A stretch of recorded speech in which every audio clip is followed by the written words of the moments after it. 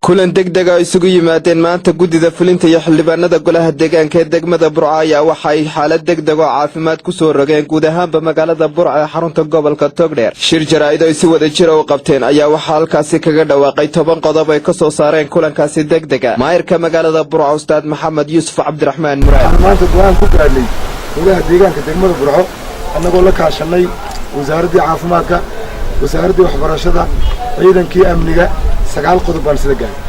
9 qodob ay ugu horeyso qodobka koowaad gobolkan Togdheer degmada Burco saacada laga bilaabo inay ku jirto xaalad degdeg oo caafimaad. qodobka labaad in wacyigelinta dawladda hoose iyo wasaaradda caafimaadku ay iska kaashanayaan laban laabo oo la sii laban laabo. qodobka saddexaad xildhibaanada 4 waaxood oo har iyo habeen baabuur gaar la siiyay, shidaal gaar la siiyay, wax allaale waxay u baahnaayeen loo bilbergareeyay oo habeen iyo maalinba sida ambalaasyada shaqeynaya oo aan fariisanay. qodobka shanaad maadaama xanuunku uu inta badan ka imanayo nadaafad darro in marka la sameeyo dardargelin nadaafadeed oo khayr caadi la galo. qodobka shanaad imtixaanaadka iskuulaadka oo loo diyaarha gebi ahaan bay la joojiyo oo aan la qaadin. waxaan iyadana fasax lagu kala diraya dhammaan malcaamadaha iyo iskuullada madaxa bannaan bareefadiyada meesha isugu yimaadaan dadkuba in iyagana fasax dheer ay yihiin. qodobka toddobaad farmasiyadii waxay noqdeen waarar kale dadkii baa la keenaya waa lagu daweynaya halkaasaa la dhigaya xanuunkii bartaas uga sii fidaya. inagoo u samaynay karantiin farmasiyada dhammaantood waxaan leenahay qofka irba degdega waa ku mudi kara laakiin farmasi dad la dhigaa ma jiri doono.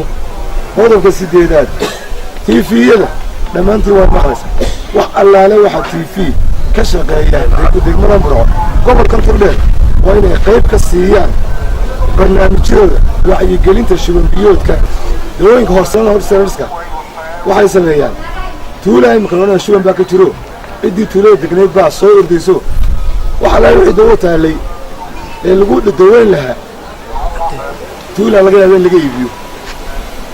horseerada waxaan leenahay cidda dawada laga iibinaya waa inay noqoto caafimaad ku xirsan qodobka tobnaad ugu dambeeya oo ugu muhiimsan kontaroolada magaalada waxaan dhigaynaa shaqaale tababaran oo dawladda wasiirada wasaaradda caafimaadka isugu jira.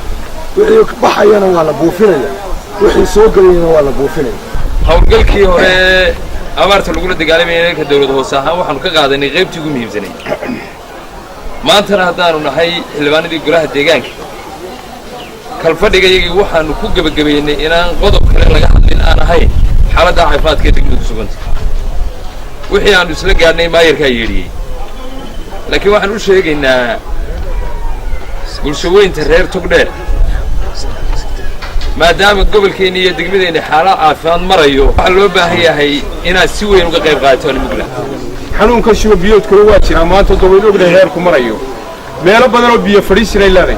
waxaanu ku dadaalaynaa oo aanu ballan qaadaynaa anagu gaadiidka iyaga dawladda hoose hadday tahay xagafyada iyo iskarogooyinka iyo shaqaalaha inaanu si hagar la'aana uga shaqayno. waxaan u kalifay maanta waxaan aragnay in anagu gobolkayga ama degmada dawaari xaalad dawaariga gelino waanu adkaysan kari weynay cidii aan sugaynana waa lagu habsaantay. sidaa aawadeed waxaanu go'aansanay inaanu shaqayno dadweynuhu shaqaystaan ilaahooda isku xidhaan ilaahay aaminaan caafimaadkoodana ilaaliyaan nadaafadoodana ilaaliyaan annaguna aan la shaqayno. waxaan leenahay